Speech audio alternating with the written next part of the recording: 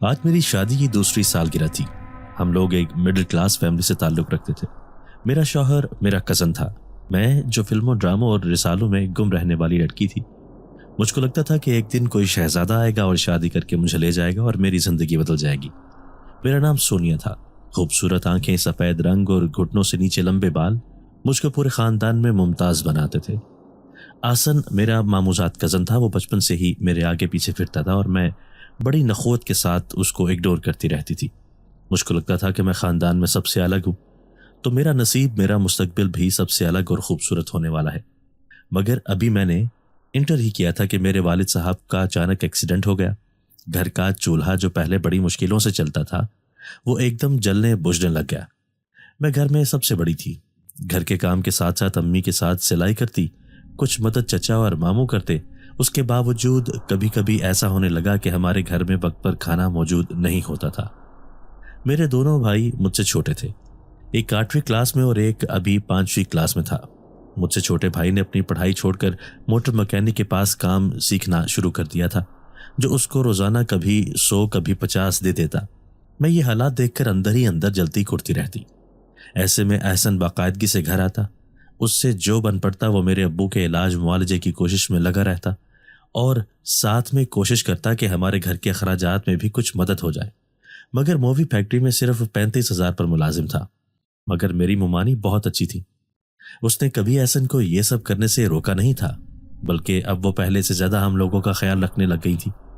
ایسے میں چچا اور ابو نے فیصلہ کیا کہ سادگی سے میرا نکاح احسن کے ساتھ کر دیا جائے، کیونکہ لوگ اس طرح روز روز آنے پر کوئی بات نہیں کرنا شروع کر دے۔ اور اس طرح نہ چاہتے ہوئے بھی میں بنا کوئی بہانہ اور گلا شکوہ کیے بغیر احسن کی دلہن بن کر اس کے گھر آ گئی۔ احسن نے اپنی طرف سے مجھے اپنی حیثیت کے مطابق سب کچھ دینے کی کوشش کی، مگر میری خیالی دنیا، میرے رہنے کی وجہ، میں نے کبھی اس کے جذبات کی، اس کی محبت کی، اس کے گھر بار کی قدر نہیں کی۔ وہ ہر روز کام سے آتے ہوئے کچھ نہ کچھ لے کر آتا، مگر میں خود کو اس دنیا کی مظلوم ترین لڑکی سمجھ کر خود کو اس سے دور کرنے کی کوشش میں لگی رہتی۔ وہ بھی بیچارہ شاید میری کیفیت کو سمجھتا تھا، اس لیے اس نے کبھی مجھ سے کوئی شکایت نہیں کی۔ آج صبح وہ بہت خوش کام پر گیا اور جاتے ہوئے مجھے کہہ کر گیا کہ اس کے آنے پر میں وقت پر تیار رہوں تاکہ ہم دونوں باہر گھومنے پھرنے جا سکیں۔ میں نے برے سے منہ بنا کر اس کو منع کر دیا اور کہا کہ میری طبیعت ٹھیک نہیں ہے، میرا کہیں جانے کو دل نہیں کر رہا۔ اس کے آنے سے پہلے میں جلدی سارا کام کر کے مومانی جان کو کہہ کے کہ میری طبیعت ٹھیک نہیں ہے، میں سونے جا رہی ہوں، کمرے میں جا کر زبردستی سوتی بن گئی۔ اپنے وقت پر مجھ کو آوازیں دیتا ہوا کمرے میں آ گیا، لیکن میں نے اس کو کوئی جواب نہیں دیا۔ اس نے میرے نزدیک بیٹھ کر میرے دونوں کلائیوں میں گلاب کے سرخ رنگ کے گجرے پہنا دیے اور پھر کچھ دیر تک بیٹھ کر میرے ہاتھ تھام کر مجھے ایک ٹک دیکھتا رہا۔ گلاب کی مہک سے پورا کمرہ مہک رہا تھا، لیکن ایک میرا دل تھا جو کہ پتھر ہو چکا تھا۔ آج پہلی بار احسن کی آنکھوں میں آنسو آ گئے۔ اس نے لرزتی ہوئی آواز میں کہا، سونیا، خدا جانتا ہے کہ میں تم سے کتنا پیار کرتا ہوں، مگر تمہاری یہ سرد مہری میرے لیے جان لیوا ہے۔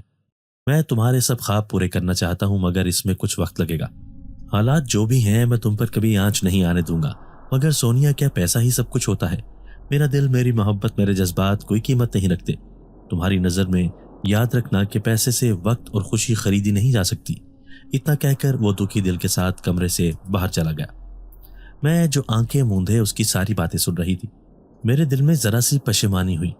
اس کے باہر جاتے ہی میں اٹھ بیٹھی، پھر یہ سوچ کر اپنے دل کو تسلی دی کہ وہ مجھ سے زیادہ دن ناراض نہیں رہ سکتا، اور پھر ہلکی پھلکی تیار ہو کے اس کا انتظار کرنے لگی، کیونکہ مجھے معلوم تھا کہ وہ کبھی باہر کھانا کھا کر نہیں آتا۔ وہ مانی پڑوس میں گئی ہوئی تھی، اس لیے انہوں نے احسن کو باہر جاتے نہیں دیکھا تھا۔ میں اطمینان کے ساتھ اس کا انتظار کر رہی تھی، مجھے لگتا تھا کہ وہ کچھ دیر میں لوٹ آئے گا، مگر جیسے جیسے وقت گزر رہا تھا میری بے چینی میں اضافہ ہو رہا تھا۔ جیسے ہی گھڑی پر 12 بجے میرا دل ایک دم سے وسوسوں اور پریشانیوں میں گھر گیا، اور میں بے چینی سے کبھی دروازے کی طرف جاتی اور کبھی لوٹ کر آ جاتی۔ ماموں، ممانی اور باقی گھر والے کب کے سو چکے تھے۔ میں اپنے کمرے میں بیٹھ کر بے آواز رونے لگی۔ اتنے میں 1 بج گیا۔ اب مجھ کو فکر مندی ہو رہی تھی۔ یہ تھوڑی دیر بعد دروازہ ہلکا ہلکا بجنے لگا۔ یہ احسن کا ہی طریقہ تھا، وہ ہمیشہ دستک انتہائی آہستگی سے دیتا تھا۔ میں چپکے جا کر دروازہ کھول آئی۔